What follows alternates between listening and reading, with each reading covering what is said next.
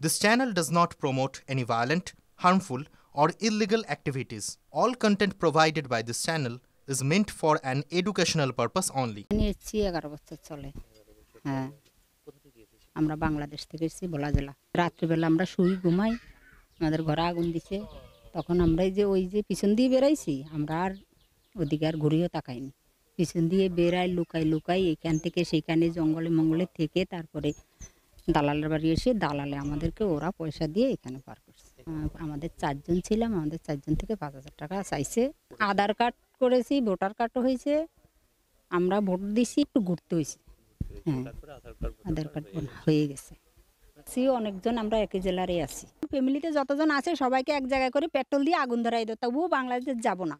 মানে সেখানে যেভাবে অত্যাচারিত হয়েছি, মা মাসি মানে ছেলে দাঁড় করায় মাকে অত্যাচার করছে। এগুলো আমাদের চোখের সামনে দেখে আমাদের মানে তখন আমাদের আর আমরা আমাদের ভিতরে ছিলাম না।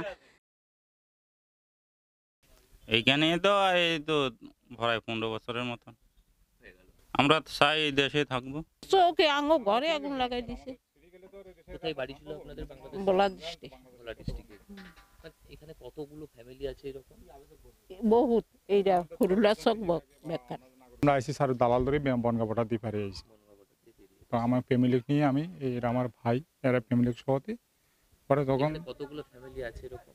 অনেক আছে স্যার, এটা পুরোটাই আমাদের কুরালা চকটা পুরোটাই বাঙাল। কারো আতঙ্কিত হওয়ার প্রয়োজন নেই এবং সবচেয়ে বড় কথা আজকে তারা নিজেরা মুখে স্বীকার করছেন যে কিভাবে অত্যাচারকে সামলে নিয়ে অত্যাচার এবং আতঙ্কের মধ্যে তারা বাংলাদেশ ছাড়তে বাধ্য হয়েছিল।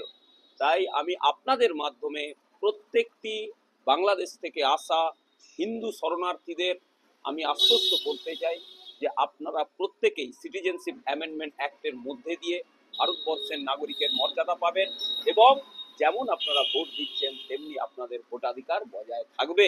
নির্বাচন কমিশনের স্পষ্ট গাইডলাইনে এই এসআইআর এ নাম না থাকলে 2002 এর লিস্টে নাম না থাকলে কোথাও সিএএতে আবেদন করার জন্য বলেননি। অতএব যাদের নাম নেই তারা ধৈর্য ধরুন, তারা বিএলওর সঙ্গে যোগাযোগ করে ফর্ম ফিল আপ করুন, আপনাদের হিয়ারিং হবে। পরবর্তী ক্ষেত্রে জেলাশাসক কী সিদ্ধান্ত নেয় সেটার উপর আপনারা নজর রাখুন।